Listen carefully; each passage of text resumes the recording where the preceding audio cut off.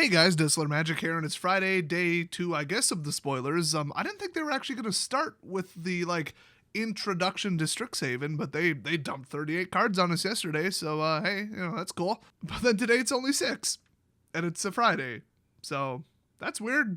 Usually it's weekends that they avoid, but I don't know. Well, let's go through them. And as soon as I have time, I will go through the Mystic Archive cards, because now, God, that's like 2 videos worth. I'm so far behind. I've been working on other stuff. Oh, and by the way, I didn't get the IT job, so lucky me. Kind of wasn't looking for full-time anyway, and it wasn't amazing pay, so I'm not that crushed, but whatever. So anyway, first up we got Enthusiastic Study. It's a 3-cost red instant. Target creature gets +3/+1 and gains trample till end of turn, and then learn. Well, there's an awfully similar card that does this for 1, so, all they did was tack on trample and learn. But that might be enough. I mean, if you can go get another boost spell or another, removal spell, yeah. Speaking of cards that you can go get that have lesson listed on them, Environmental Sciences. And that card art, I gotta say, I mean, he's not studying the environment, he's studying multiple environments, just some environments. I mean, they're just he's scrying different places on their plane. And then when they say environment, they just mean ley lines. I doubt he's a hyper powerful planeswalker, but we do know that hyper powerful, a lot of older wizards with a ton of experience and high level of skill. Without being a planeswalker, they can peer into other planes. He doesn't look older experienced enough to do it. And remember, this is a lesson. In theory, he's a student, not a teacher, but maybe not. Could be wrong. But I just find it funny that it's oh yeah, this is how we study the environment. It's a little different than on Earth. So anyway, this card's pretty busted. So it's a 2-cost, colorless, of course, sorcery lessons. It can be fetched with learn, and then search your library for basic land card, reveal it, put it in your hand, gain 2 life. So not only are we giving minor life gain and minor life gain triggers to every color now, which is not anywhere near as egregious as Shadow Spear, but still the slightest little bit of a color break, especially for red. But I mean, we've seen colorless spells, especially artifacts, gain life. It's not, the end of the world. I just thought, it's just another little thing. There's another straw on the camel's back. But the real problem is a learn heavy, what's that other one? Magic Craft heavy green blue deck that just dumps lands into play with horrific landfall triggers into just some giant green creature or a stone coil for 12 or Ugin. So we're just going to have ramp, lesson, land. You're going to cast land fetching spells that chain into other land fetching spells and abilities. It's just going to be out of control. And then once they get to 8, it's over. Here comes Ugin or something equally as bad, or a hexproof green creature or something. It's just a nightmare. So they're already setting it up for that pretty good. It's already been a fairly problematic archetype in the past, which is just, spend a bunch of mana and then get Ugin out and win. This will be a more direct, faster, less control-y version of it, which really, it sounds better, it's not better. It's just Ugin, but faster. But then again, we have turn 2 Ugin with Tybalt, so yeah, this card is the most problematic lesson card so far. Next up, Field Trip. Oh, great. Here we go. This tops off the deck. This is all you need right here. 3-cost sorcery in green. Search your library for a basic forest card. Put that card into onto the battlefield, tap, then shuffle, learn. So in other words, go get the last lesson card I just said, Environmental Sciences. So you get to go get a land, drop it in, get a landfall trigger, drop in your land for turn, because you haven't done that yet, get a landfall trigger, then also go get Environmental Sciences, and then have a land all queued up for next turn to drop it in again, and then every time you cast everything I just said, get a Magecraft trigger.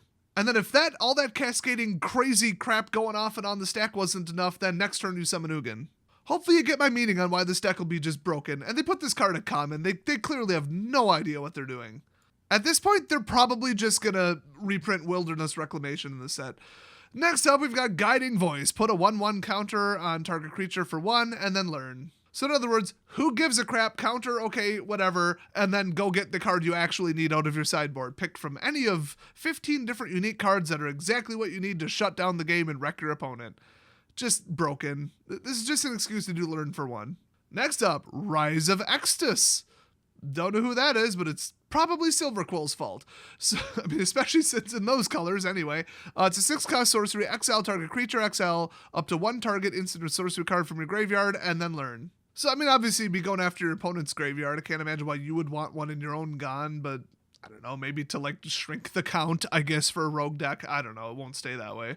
And then learn. So you get a control spell, and then learn lets you go get another control spell. So you can take out one planeswalker, and then go get the confront the past or whatever, and then take out another planeswalker. If that's specifically, exactly, precisely what you need to do at that exact time. Otherwise, go get something else to break the game. It's almost like the randomness of card draw just doesn't mean shit anymore. Not even part of the game anymore. Next up, we got Study Break. It's a 2-cost instant, tap up to 2 target creatures, and then learn. So in other words, blah, blah, blah, do some dumb thing that probably doesn't matter, and then go get the card you actually need. Hand pick the card, tutor for 2 frickin' mana. Remember, we just saw a tutor for 1 mana. Except it's Mega Tutor because the card doesn't have to actually be in your deck. Back in the day, I ran a Crypt Gas deck. This is M14, I believe. They let your swamps tap for double, and then as soon as I got them out, or a couple other rampy things, a couple other 2-for-1 special mana generators, if I lined all that up, then I would use 2 different tutors I had in my deck to go get the 1 copy of Rise of the Dark Realms or the 1 copy of Inguruk's Wake. If I drew them during that whole process, then they were no longer in my library, but then, okay, I didn't have to tutor for them. Cool, that's how it worked. But if they're in your opening hand, it's a dead card. You don't need it. You don't have 9. Both of those spells cost 9 mana. So imagine, instead of just 2 utility game-ending super cards that I can go get kind of what I want, that it's 15, which, okay, I get it. They have to have lesson on them. You can't just throw anything in there. But still, we've got a potentially problematic removal card and a very problematic land fetcher. I'm sure we'll see when that says destroy all creatures or destroy all tokens or something, where it's just like, yeah, I'm going to shut down the game and I can go hand pick it. Screw you. Probably be colorless too, because that seems to be what they're doing. And then, yeah, I mean, that'll just be my deck on steroids, and I kicked ass with that deck. I also had a Crypt Incursion and then Sanguine Bond. It was a fun deck. A guy tried to mill me out, and I hit him for 75 damage. So, I mean, so far, I don't know how many lessons are going to be printed, but we're running out of ones to be, like, devastatingly overpowered, because we've already seen a lot, and a lot of them aren't good.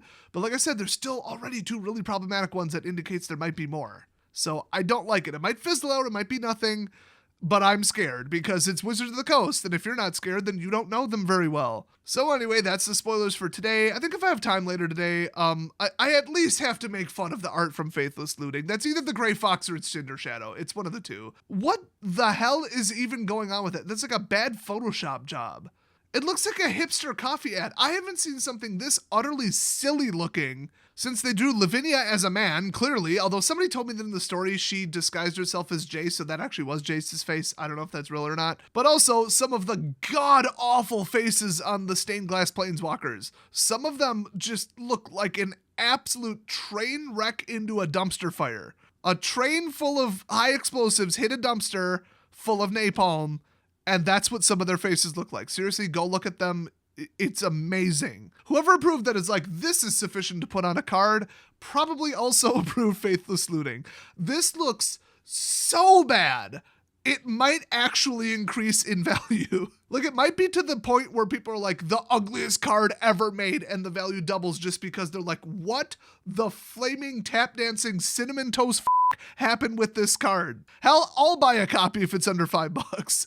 What the hell? People are already memeing it to death in Photoshop because, well, clearly it was originally Photoshop layers in the first place with a freaking cheap color limited posterize effect on it to make it look drawn, but my God, does that look bad. Vector art on top of it.